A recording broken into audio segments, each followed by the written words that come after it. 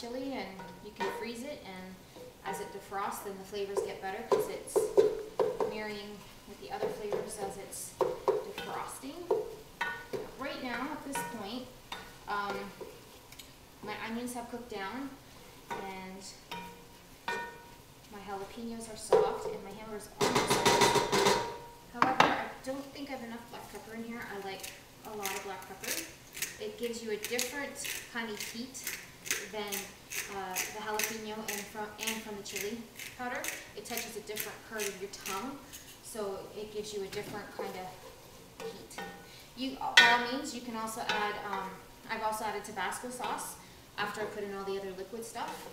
And I've also added cayenne pepper, white pepper. It just, you can kind of play with the spice a bit until you figure out how you like it. It's all a matter of taste, a matter of what your family likes, what you find too hot or too sweet. So right now what I'm going to do is I'm not draining this. I'm leaving a little bit of the grease in the bottom because it does add flavor. So now I'm just going to pour my chili powder in. And I'm going to mix it and see if it's well coated. And then I will add more if I need to. At this point, I'm just going to turn down the heat a little bit because a burnt pot of chili is not a good pot of chili. Now, chili is really easy to make. You can teach your kids how to make chili so that they can have at least one good hearty dish in their repertoire as they get older, when they go off to college or get married or whatever. At least they'll have something. Now, this is what it looks like with the chili powder. You can see that it's no longer that gray color that the meat gets. Right now, it's just good flavor. In fact, I might even add a bit more because I really like a high intensity flavor in the chili. Now turn the heat down to about a medium. When you add the chili powder, any grease that was at the bottom of the pan will be absorbed into the powder. So this is where you have to be very careful not to burn. Now I add a can, including the juice of red kidney beans, the whole entire can. This is just I have it in a bowl here. I mix that and I let it have a moment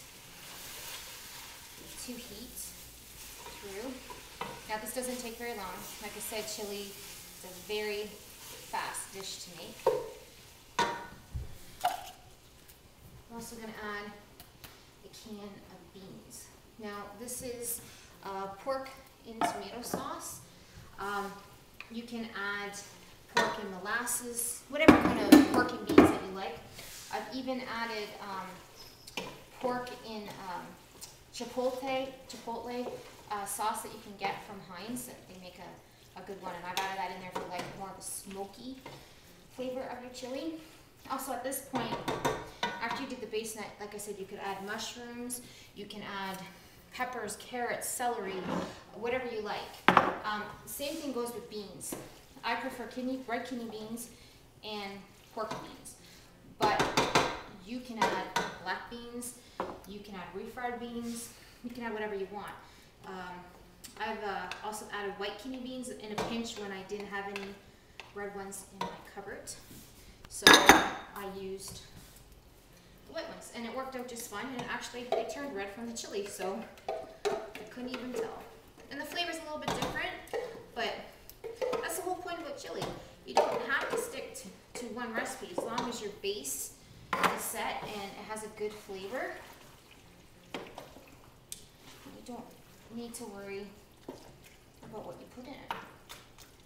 Just remember, your base is your hamburger, your white onion, or any kind of, that's a yellow onion, or you can use white onion, Spanish onion.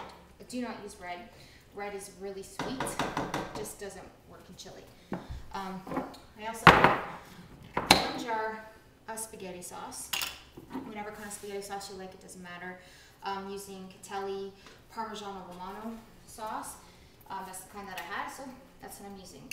Now I put the whole jar in, and as I do that, I'm going to stir, because as chili heats up, it will bubble, and it can bubble to the point where it explodes and goes all over you and it hurts. So definitely be very careful with exploding chili.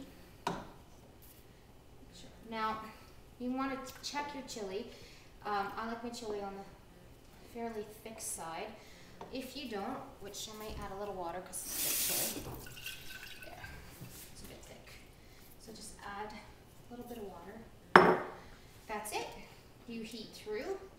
I would suggest that if you're making this for company, make it an hour or two before they come, because then it will give the flavors a chance to marry together, and the chili powder and the jalapenos and the onions to all combine. You can just reheat it on a very, very low heat on your stove.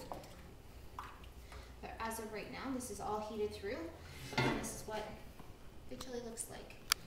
Now you can serve chili with garlic bread. You can serve it with just toast, buns.